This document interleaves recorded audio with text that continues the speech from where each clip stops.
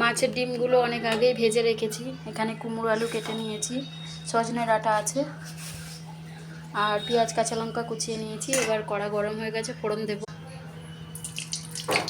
ফোড়নে আছে তেজপাতা, পাঁচফোড়ন, শুকনো লঙ্কা। আজকে বানাচ্ছি বন্ধুরা মাছের ডিম দিয়ে সজনে ডাঁটা কুমড়ো আলু চচ্চড়ি। তেল গরম হয়ে গেছে, এবার সবজিগুলো দিয়ে দেবো। কাঁচা লঙ্কা, পেঁয়াজ, এটা প্রথমেই ভেজে নেওয়া উচিত ছিল কিন্তু খেয়াল নেই, তো সব রকম একসঙ্গে ভেজে নিচ্ছি।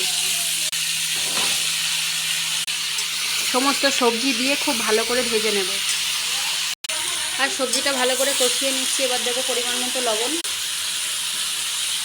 এবার দিয়ে দেবো মাছের ডিমগুলো, আর একটু কষিয়ে নিচ্ছি।